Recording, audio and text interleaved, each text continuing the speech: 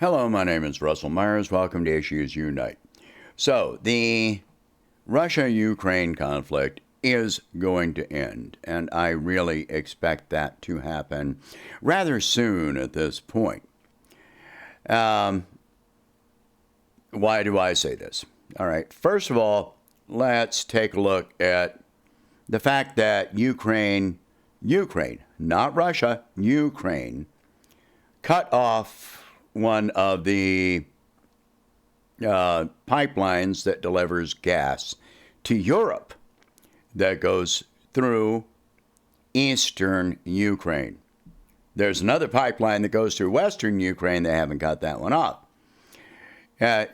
What is the reason that they give for this? They say that they are not in control of that region, which is in Luhansk.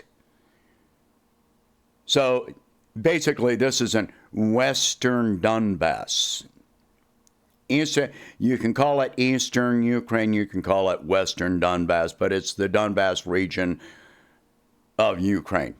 Currently Ukraine, although they have declared independence from Ukraine. So prior to this, they've been claiming that they've been defeating Russia and all this stuff, and yet here they are. They have lost control of that region. That's why they're cutting off the gas. Well, what happens from there?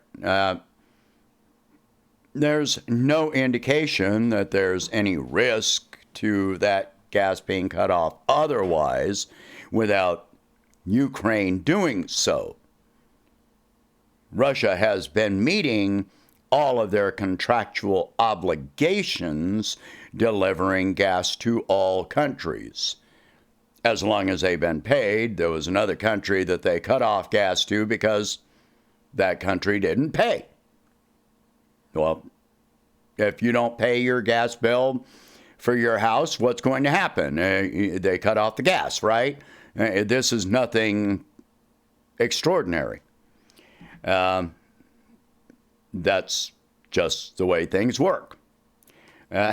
So if Luhansk, Donbass is independent of Ukraine when this all ends, what happens from there? Well, that means there are transit fees to be paid. And those transit fees to that portion of the pipeline would be paid to the government in Luhansk. And Ukraine doesn't want that. They're trying to plan ahead and economically strangle the two Donbass regions. So this is what is going on here. The Azovstal steel plant. Hundreds of civilians have been evacuated. Interviews with the civilians being evacuated have stated that they were being held hostage by Ukrainian forces as human shields. We've been hearing this all the way through this, that Ukrainian forces use civilians as human shields. They have placed military encampments in schools and hospitals and artillery launch stations on top of daycare centers, which turned those locations into military targets. So when you hear that, Russia is attacking these military targets, these schools, these hospitals, these daycares, no, they are not attacking those things because they are those things. They are attacking those things because the Ukrainian military has been using them as military encampments, which is literally against the international law. But you're not going to hear this in Western media. You'll hear this in the media of many other countries, but not in the United States. You will not hear it. Even some German media, even some French media, and have reported on this. Al Jazeera has reported on this. Just so many sources have reported on these things, but you're not going to hear it in American corporate media. Period. That's it. So there is still talk in Western media that Russia is going to absorb the Donbass region and so forth. And Russia is still saying, no, we're not going to do that. These regions will be independent, but they will have a security arrangement with Russia. Okay. Even though a lot of the people in these regions are requesting that the Donbass regions be reabsorbed into Russia, Russia is saying no. They will support independence, but they will not absorb these regions. There is also talk of a certain area extending along the coastline being part of the independent Donetsk region. And Ukraine is opposed to this, while Russia is stating that what they support is a referendum held among the people that occupy that region, which is a democratic process. Ukraine and the United States oppose this democratic process, while Russia is supporting a democratic process. Okay? The $40 billion aid package approved by the House, the U.S. House, has been held up in the Senate by Senator Rand Paul, part of which is because, number one, he opposes sending that much money over there while Americans are suffering, can't get baby food, and are paying record high gas prices and energy prices.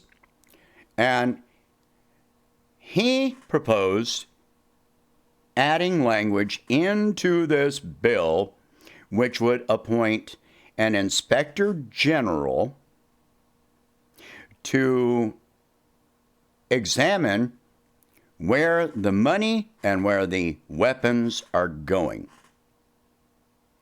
And Chuck Schumer, the Senate Majority Leader, opposes this. He states that it's because it would have to go back to the House, and with that language added, which would extend this process, but that would take one day or less for that to happen.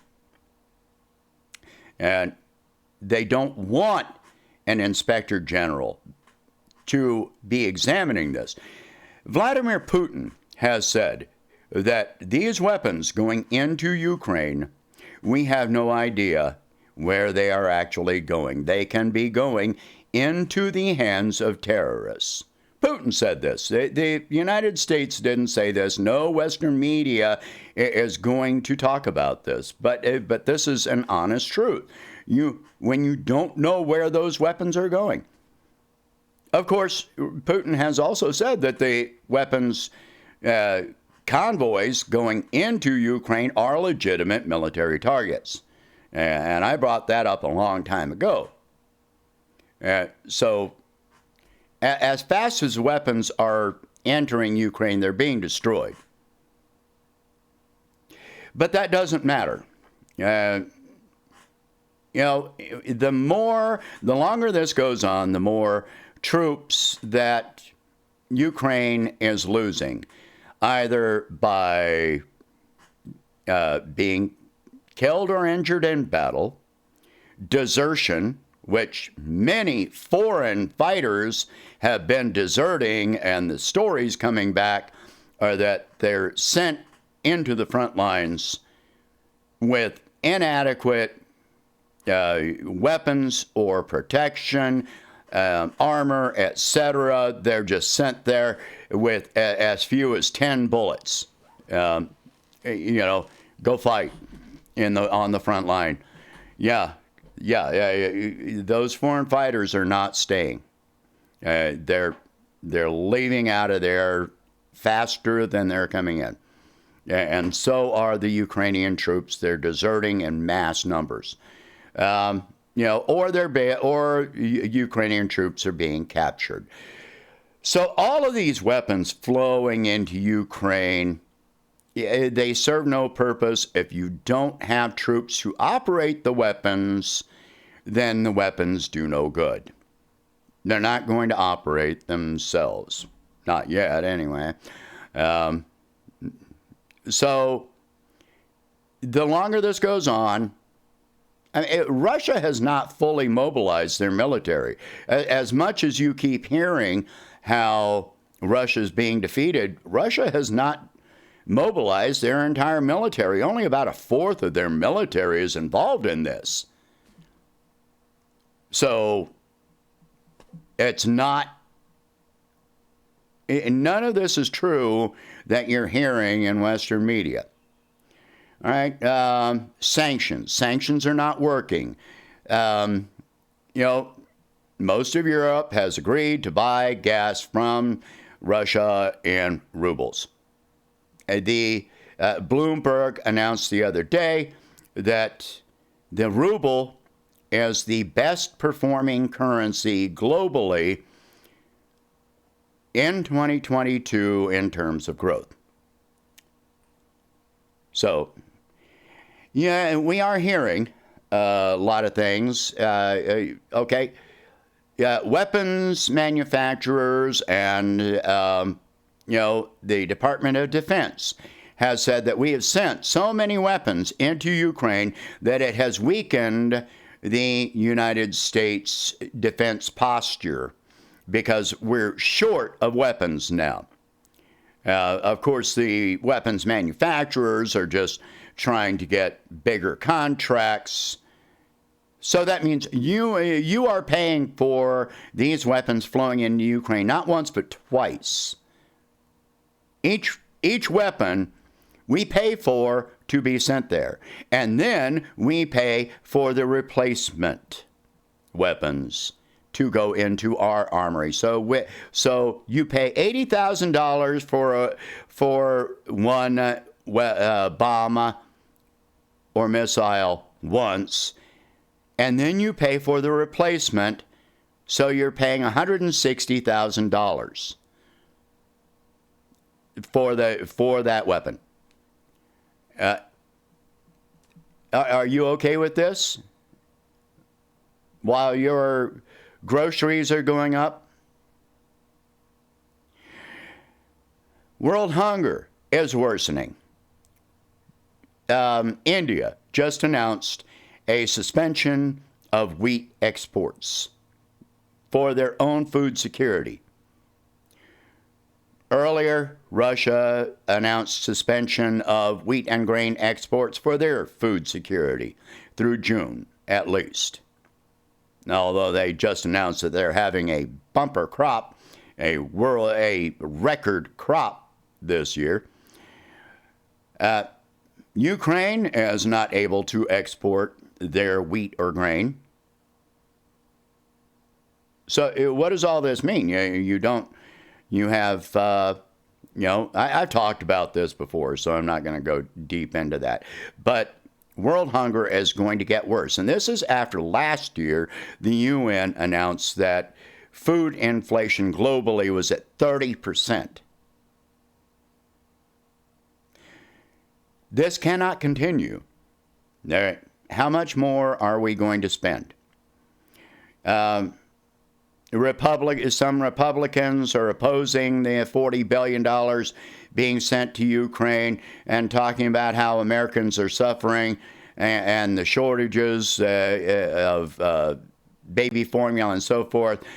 Of course, if you started talking about using that $40 billion to subsidize Americans' baby formula, gasoline, whatever, if you talked about using that to subsidize the American people, then they would be opposed to that. So their talk about how Americans are suffering is really just a talking point and nothing else.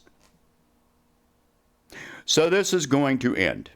This will end, and it will end soon. There are only so many options available. Either NATO gets directly involved, which most of NATO is against. About the only country that might be in favor of this would be the U.S. And the American people are not. 90% of us are against this idea. There are a few idiots out there, but they are the absolute minority, and they are idiots. So either NATO gets involved, or Ukraine loses so many troops, mostly because their troops are surrendering because they've been abandoned, or they're deserting because they have been abandoned by their own government.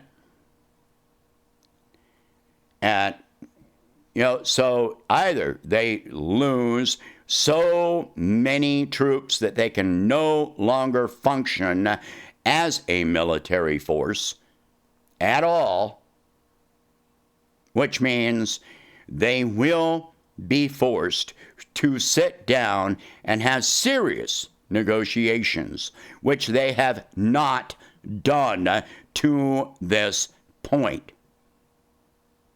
They're like a freaking chihuahua, yapping away like like they can defeat a pit bull or a bear.